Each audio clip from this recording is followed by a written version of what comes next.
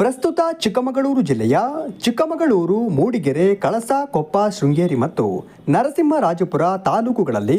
ತೀವ್ರವಾಗಿ ಮಳೆಯಾಗುತ್ತಿದ್ದು, ಮಕ್ಕಳ ಸುರಕ್ಷತೆಯ ಹಿತದೃಷ್ಟಿಯಿಂದ